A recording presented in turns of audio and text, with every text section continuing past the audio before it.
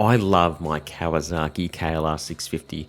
It's just so rough and tumble, plus it looks like you can ride it into war. I mean, look at it, it's an absolute weapon. You can abuse the hell out of this thing. I have crashed this bike so many times and you just pick it up, she fires up straight away and doesn't complain.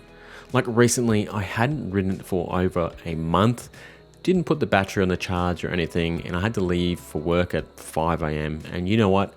It didn't even cross my mind that it wouldn't start, and she just fired straight up and I rode to work.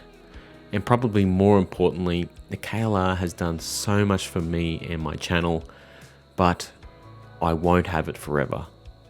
Why? Well, there's a few reasons for that, and let's talk about them.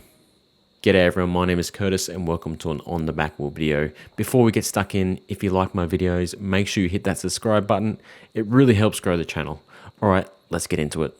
I suppose I should talk about why I love my KLR 650. Like any story, the best place to start is, well, the start. I lived in America for a couple of years, and when I got back to Australia, I bought my KTM Super Duke.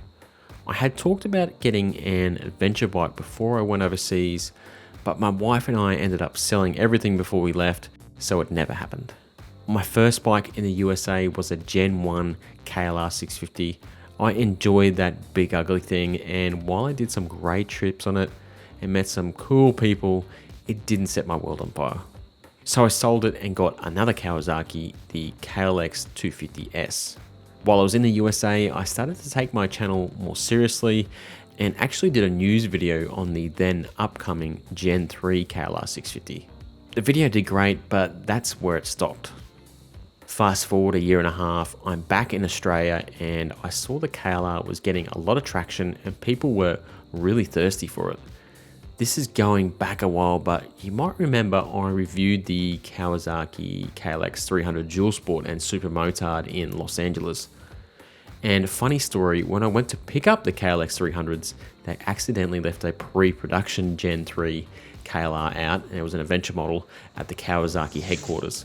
It looked exactly the same as the production model and I was straight onto it. And because of this, the Kawasaki man explicitly said that I wasn't to post any videos on it or any major content. I'm not gonna lie, I really wanted to. But anyways, I tried to get into contact with Kawasaki Australia as I thought reviewing the Gen 3 KLR would be great, but didn't have any luck. And then it turns out someone I loosely knew commented on one of my posts, and it turns out they worked at a Kawasaki dealer. This got my brain ticking and I thought, you know, I've always wanted an adventure bike. My channel is going nowhere. It was really struggling at the time. Why don't I take a gamble and buy one? I went and saw my mate and bam, he was able to get me one of the first shipments of KLRs. So I pulled the trigger on the Taliban tan model you see on my channel today. And I have loved owning the KLR. I've learned so much about adventure riding, YouTube and making videos, building relationships with companies. I've met some awesome people along the way and gained some amazing subscribers. And man, have we had some adventures, and I'm going to have plenty more. I mean, this weekend I'm going on a 3-day ride. The following weekend I'm doing an overnight ride. Then later in the year I have a week-long ride planned. I haven't told my wife about that, by the way. And this is all on my KLR. So there are plenty more adventures to come on the Mighty Pig, but I'll be selling her later in the year. Why? Well, while I love the KLR, if I'm honest, it doesn't really suit me in a lot of ways. You can see I like to get a bit loose off-road and tackle some tricky terrain, and the KLR does a bloody good job now it's modified. I've been strapping up my luggage for this ride and it's just so sorted now. I've got the pannier racks, the suspension's done, crash bars. I mean, this thing is dialed. In a perfect world, I just keep the KLR and get another bike, but unfortunately, I'm not a rich man, so it will have to make way. Ultimately, I'm going to either get something that suits me a bit more or a bike that is going to help grow the channel. Ideally, both. I haven't thought about it too much yet. You know, it's only just dawned upon me recently, but the first bike that springs to mind is the Honda CRF 300 Rally. Bar the lack of power, it looks like this thing will fit the bill. It is lighter. I'd be able to tackle some serious trails on it and still commute and do adventure riding.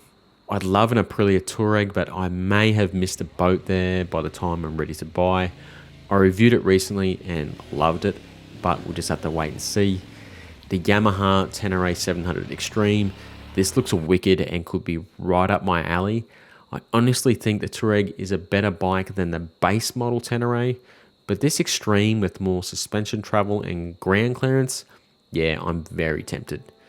And then there's a few outliers.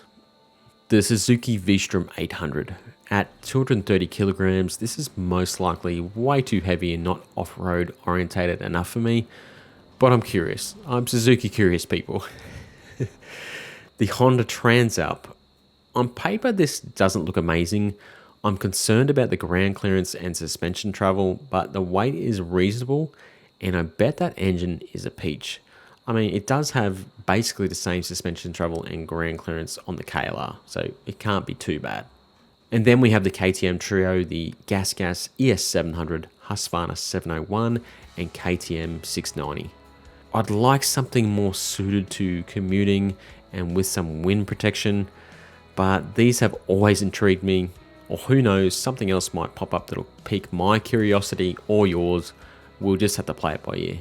In the meantime, I'm going to enjoy the mighty KLR and do some amazing trips that I will be sharing on the channel. Just because I'll be replacing her doesn't mean I still don't love her. So what bike do you think I should buy in the future? It's early days, but there's nothing wrong with planning and dreaming, right? Let me know your thoughts in the comments down below and hit that subscribe button. Keep it on the back wheel, everyone.